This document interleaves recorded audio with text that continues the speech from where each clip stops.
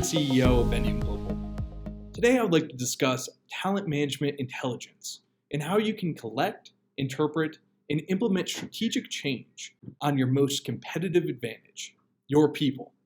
To get away from the buzzwords, let's first talk about what talent management intelligence is and why it's important. Talent is your people and their skill sets. Talent management is how you deploy and hone the skill sets within your people. And talent management intelligence is the use of data while deploying and honing the skill sets within your people. At the time of this recording, it is April of 2020. We have a new perspective on what talent management actually is, regardless of your size, industry, or location. We've all just had a time forced upon us where only the lean survive and where only the lean and innovative thrive. Innovation refers to not only the usage of technology, but also our data, talent, and systems. The term pivot is often used in startups, but with talent management intelligence, it is how we use our data to deploy and improve our operations by using our people. Let me focus on how certain organizations will thrive. Traditional talent management will look at subjective talent reviews, such as performance reviews, based on a certain time of year, and also a certain goal.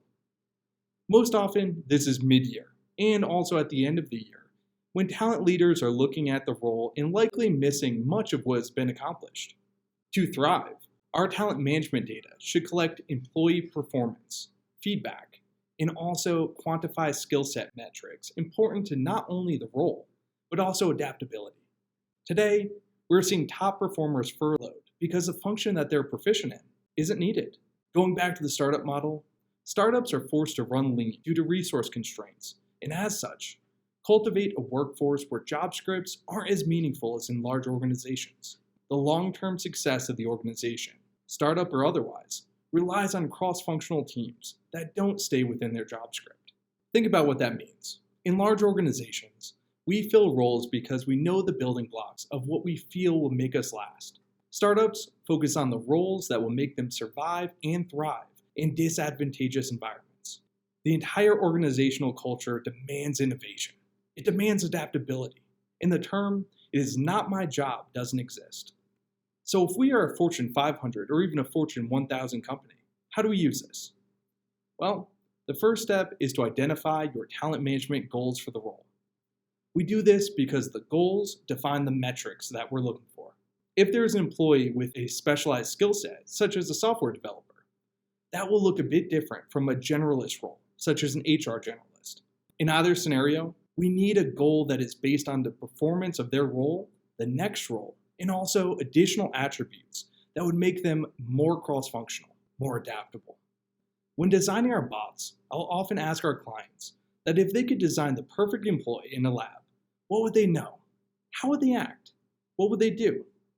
This takes us a bit out of the busy day-to-day and helps us look at what we're doing objectively. The next step is to quantify it. What isn't measured didn't happen, and what isn't data-based likely isn't accurate. Add metrics to performance, development, and also behavior.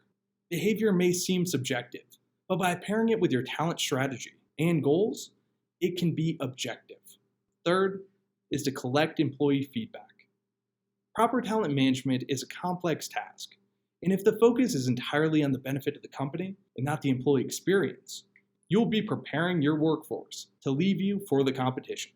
Employee feedback should be quantitative, qualitative, anonymous, individual specific, and also consistent. The key here is consistent. The rest is a mix. Consistent means that you have easy ways for the employee to give feedback, even if it is in the form of a happy, neutral, or sad face. By adding this and other quantitative metrics, you can see how they're feeling, and also when. The qualitative portion is to determine the why of the feelings at the time that they're experiencing them. Preset questions or open feedback sections provide employees a venue for their voice to be heard. Even in the most open organizations, anonymity allows for candidness. Identified allows you to address the challenges with the person who wants to be known. Fourth is to promote adaptability and cross-training.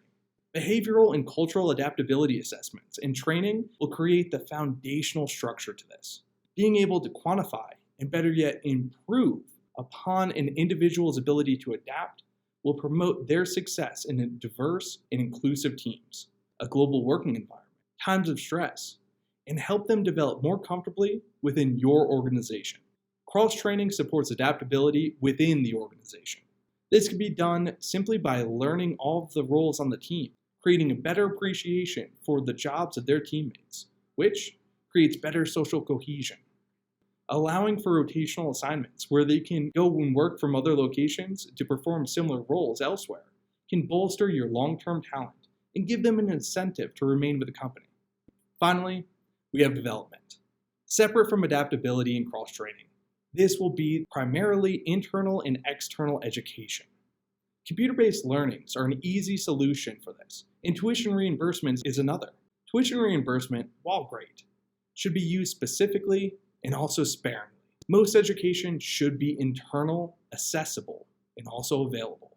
This makes mandatory and discretionary computer-based learnings some of the most impactful. It is the learning they want, and it's also when they want it. With all of this, I need to return back to the data. Performance, feedback, adaptability, and development. How are they doing? How often are they doing it? How do they feel about it? And what are they doing to improve upon it? It is times like this that we can appreciate the folks that seek self-improvement even without a mandate even more. By using metrics to select, deploy, and promote your talent, you will lead your organization through the best and also the very worst of times. If you have any questions, please feel free to reach out to us. Thank you so much for watching.